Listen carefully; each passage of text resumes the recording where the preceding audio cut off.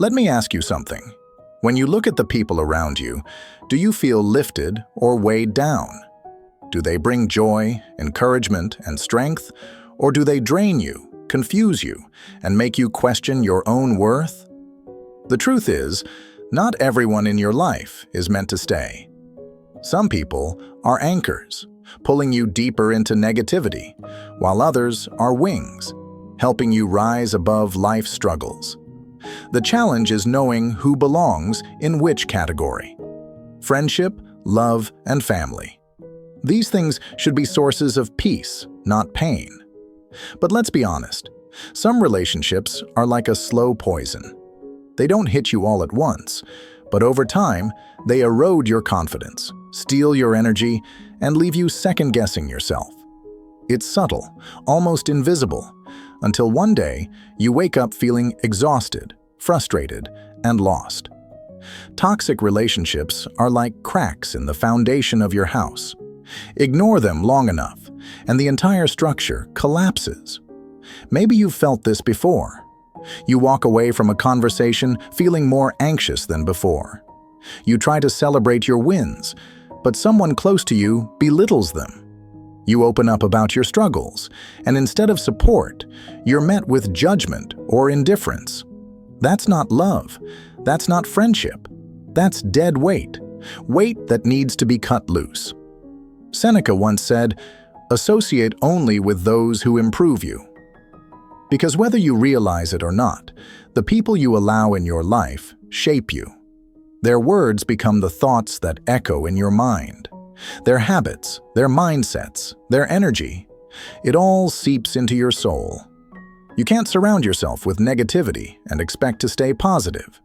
You can't keep company with manipulators and expect to feel secure. The problem is, we hesitate. We hold on to people out of guilt, out of history, out of fear of being alone. But let me tell you something. Being alone for a while is far better than being surrounded by people who drain you. A garden choked by weeds will never bloom. Cut the weeds and watch yourself flourish. So if you're feeling stuck, drained, or unsure of why your peace keeps slipping away, it's time to take a closer look at your circle. Are they lifting you up or pulling you down? Are they sharpening your mind or dulling your spirit? Are they truly there for you or only there when they need something? Life is too short to spend it with people who dim your light. And the hard truth is, not everyone deserves access to your energy. So let's get into it. Here are 5 types of people you should cut off immediately to protect your mental health, your peace, and your future. Because once you let go of the wrong people, the right ones will finally have space to enter. Let's dive in. 1. The leech disguised as a friend. You know the type. The moment their name flashes on your phone, you already know. They need something. A ride, a favor, a loan, a shoulder to cry on when their life is falling apart. The first time, you help because you care. The second time, you assume they're just struggling. But when every interaction becomes a transaction, the pattern is clear. They don't see you as a friend, just a convenience, a walking, talking solution to their problems. Friendship is about give and take, but what happens when one side only takes? Think about a well. If you keep drawing water but never replenish it, eventually it runs dry. The same happens with your energy. If someone never gives back, never asks how you're doing, never supports you in return, then you aren't in a friendship. You're in a service agreement. But wait, should you cut off anyone who asks for help? Of course not. Real friendships involve support. Sometimes you need them. Sometimes they need you.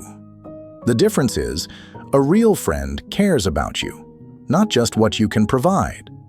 A true friend doesn't vanish once their problem is solved, only to reappear when another need arises.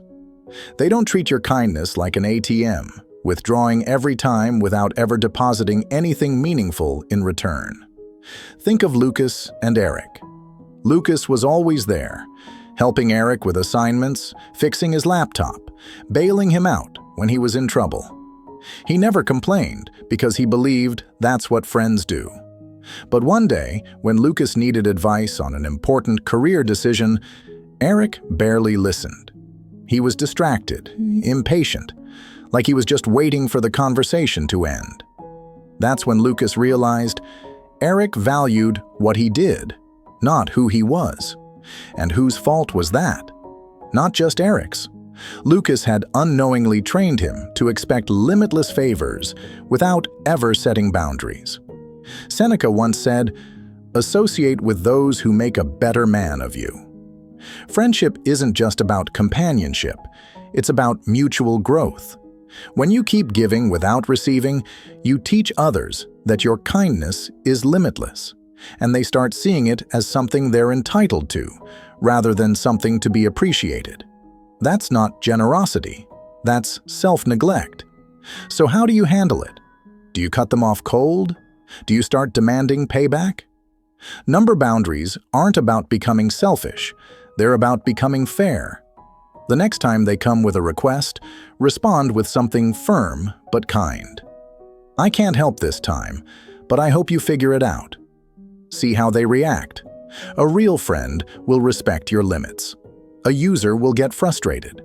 And here's the thing. You don't owe anyone unlimited access to your energy. You are not a bottomless well. If someone only reaches out when they need something, never to celebrate your wins or check in on you, then they're not a friend. They're a burden. And cutting them off isn't cruel. It's necessary. Because when you remove people who only take, you make space for those who truly value you. Those who don't just call when they need something, but call just to say, "Hey, how are you?" That's the kind of friendship worth keeping. 2. The master of mind games. Ever walked away from a conversation feeling guilty, confused, or like you somehow became the villain in a story you didn't even write? That's not just a misunderstanding. That's gaslighting.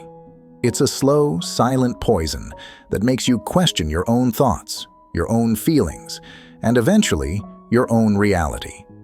And when a so-called friend does this to you, they aren't just toxic, they're dangerous. At first, it's subtle. They twist your words, rewrite history, make you doubt yourself. They say things like, "You're too sensitive," or "I never said that. You must be remembering wrong." And before you know it, you start second-guessing everything. Did I overreact? Did I imagine that? Maybe I am the problem. That's exactly what they want. Take Brian, for example. Every time something went wrong, plans fell through, miscommunication happened, he had a way of making it your fault. He'd sigh, shake his head, and say, "You always make things so difficult." Meanwhile, he was the one who was late, the one who forgot, the one who wasn't reliable. But instead of owning up to it, he flipped the blame so skillfully that his friend started believing it. That's gaslighting in action. Why would someone do this? Control. People who manipulate like this aren't looking for friendship. They're looking for dominance. They avoid accountability at all costs and keep you trapped in a cycle of guilt so that you never question them. But here's the truth. Someone who genuinely cares about you doesn't make you feel like you need to defend yourself constantly. They don't twist your reality to protect their own ego. Marcus Aurelius once said, "If someone is able to show me that what I think or do is not right, I will happily change, for I seek the truth." That's what healthy relationships look like. Openness, honesty, and the ability to admit when you're wrong. But a gaslighter, they don't seek truth, they seek control. So how do you deal with this? First, trust your instincts. If you constantly feel drained, anxious, or confused after talking to them, pay attention. Real friends don't leave you feeling like you need to prove your worth. Second, set boundaries. The next time they twist reality, stop them. Say something like, "I don't remember it that way, and I won't argue about it." Watch how they react. A real friend will respect your feelings. A manipulator will push back. And finally, don't be afraid to walk away. It's hard, especially if this person has been in your life for years. But a friendship built on mind games isn't a friendship at all. It's a trap, and you deserve better. You deserve friends who bring clarity, not confusion, respect, not manipulation, strength, not self-doubt. Because at the end of the day, real friendships don't leave you questioning yourself. They help you grow. They make you feel stronger. And that's the only kind of friendship worth keeping. 3. The ghost in your circle. Ever feel like you're the only one keeping a friendship alive? Like if you stopped calling, texting, or making plans, the entire relationship would just wither away. That's not just frustrating. It's a sign that you're carrying something that was never meant to be a one-person job. At first, you make excuses. Maybe they're just busy. Maybe they're bad at texting. Maybe they don't realize I'm the one always reaching out. But deep down, you already know the truth. If someone values you, they show up. A friendship should feel like a two-way street, not a lonely road where you're always the one walking toward them. Think about Jake. When you're together, he's great. He laughs at your jokes, listens to your stories, and seems to enjoy your company. But when you part ways, it's like he disappears into thin air. He never reaches out first. Weeks pass, months even, and the silence grows louder. Finally, you send a message, and he responds as if he's doing you a favor just by acknowledging you. Does he hate you? Number? Does he value you enough to put in effort? Also number. And that's the part that stings. So why do some people act like this? Maybe they're unaware of how one-sided it feels. Maybe they're just not wired to be the initiator. Or maybe, harsh as it sounds, they only engage when it's convenient for them. But whatever the reason, it doesn't change the impact it has on you. Feeling unappreciated in a friendship is like standing in the rain, waiting for someone who promised they'd meet you there. But they never show up. Marcus Aurelius once wrote, "The only wealth you keep forever is the wealth you give away." Real friendships thrive on mutual investment, time, effort, and care. If you're always the one doing the work, then what exactly are you holding on to? A friendship should never feel like you're dragging around dead weight. So what do? First, get honest with yourself.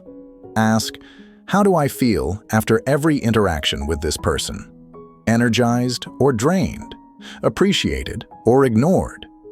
If the answer leans toward exhaustion, it's time to reassess. Next, try direct communication. Not in a bitter or accusing way, but in a way that makes your feelings clear. I've noticed I'm always the one reaching out. It makes me feel like this friendship isn't a priority for you. A real friend will hear you. A passive one will shrug it off. And a ghost? Well, they'll fade away completely. And that's your answer. If someone won't meet you halfway, stop walking toward them. You are not responsible for keeping a relationship alive by yourself. Creating distance isn't an act of cruelty, it's an act of clarity. It shows you who's willing to match your energy and who is just coasting along for the ride. Because at the end of the day, you deserve friendships that don't leave you feeling like an afterthought. You deserve people who don't just respond, but reach out. Who don't just accept your presence, but value it. Anything less? Let it go. 4. The walking megaphone. Ever had a conversation that felt more like an audience role than an actual exchange? You start talking about something important to you, your struggles, your wins, your thoughts, but somehow, within minutes, the spotlight shifts. Suddenly, it's all about them, their problems, their successes, their endless stories. It's like you're nothing more than a background character in a show that only exists to fuel their monologues. At first, you tell yourself it's fine. Maybe they just have a lot to say. Maybe they're just excited. But as time goes on, you start noticing the pattern. Every call, every meetup, every text follows the same script. You share something, they barely acknowledge it, and then they launch into another self-centered rant. Think of Josh. You meet him for coffee, hoping to talk about the stress that's been weighing on you. You start explaining how things have been overwhelming at work, but before you even finish your sentence, Josh sighs dramatically and starts talking about how his job is even tougher, how he barely gets a break, how he has overcome so many obstacles. The next thing you know, you're nodding and listening to a 45-minute speech about his life, while your own struggles remain unheard, forgotten. But here's the real question. Why do some people behave this way? Are they just bad friends? Not always. Some are simply unaware. They believe they're connecting by sharing their own experiences, but in reality, they're drowning out yours. Others are driven by ego, seeing every interaction as an opportunity to reinforce their own importance. And then there are those who just never learned how to listen. The problem is, friendships are supposed to be a two-way street. Stoic philosophy reminds us that true relationships thrive on balance and mutual respect. Seneca once said, "We have 2 ears and 1 mouth, so we should listen more than we speak." But friends like Josh, they act as if they have 10 mouths and no ears. So what do? Do you sit in silence forever, letting them turn every conversation into their personal TED Talk? Absolutely not. Start by checking in with yourself. Ask, do I feel valued after talking to this person? Or do I leave feeling unseen, unheard, and drained? If the answer leans toward exhaustion, it's time for a shift. The next step, set the record straight. The next time they hijack a conversation, don't just let it slide. Gently but firmly redirect. Hey, I really needed to talk about this. Can we focus on that for a moment? If they care, they'll adjust. If they brush it off and continue rambling, well, that tells you everything you need to know. And here's the hard truth. If someone only wants you as a listener, not an equal, they don't want a friend. They want an audience. And you weren't put on this earth to be someone else's emotional dumping ground. Friendship isn't about the number of conversations, it's about the quality of connection. A real friend won't make you feel like a forgotten extra in their story. They'll make sure you feel heard, valued, and understood. Anything less, it's not worth your time. 5. The friend who thrives on making you feel small. Friendship should be a space where you grow, feel supported, and become the best version of yourself. But sometimes, the very people you trust are the ones planting seeds of doubt in your mind. Have you ever noticed that one friend who always finds a way to make you feel like you're not enough? No matter what you do, they subtly remind you that they're ahead, they're better, they're superior. Their words may not be outright insults, but the effect is the same. Slowly, they chip away at your confidence. Imagine you have a friend named Ryan. Ryan just bought a new car, and you're genuinely happy for him. But instead of sharing his excitement, he turns it into a passive-aggressive life lesson. I guess not everyone knows how to manage their money like I do. You laugh it off, but something in your gut twists. It's not just about the car. It's the way he always positions himself above you. The way his compliments feel like backhanded slaps. The way he makes you feel like you're running in a race you didn't even sign up for. And here's the tricky part. Sometimes people like Ryan don't even realize they're doing it. Some are insecure and mask it by putting others down. Others have convinced themselves that their way of living is the way, and they feel the need to remind you of it every chance they get. But intentional or not, the impact remains. Every conversation becomes a test of endurance. How much of their arrogance can you tolerate before you finally speak up? So why do we keep friends like this around? Maybe it's history. Maybe we tell ourselves we're being too sensitive. Maybe we secretly believe what they're saying, that we should be doing better, that we aren't enough. But that's a dangerous trap. As Epictetus once said, the key is to keep company only with people who uplift you, whose presence calls forth your best. If someone constantly makes you feel small, they aren't calling forth your best. They're keeping you in their shadow. So how do you handle this? First, recognize it for what it is: a pattern, not an accident. If every interaction leaves you questioning yourself, pay attention. Next, address it directly but calmly. When you say things like that, "It makes me feel like you're putting me down." Is that your intention?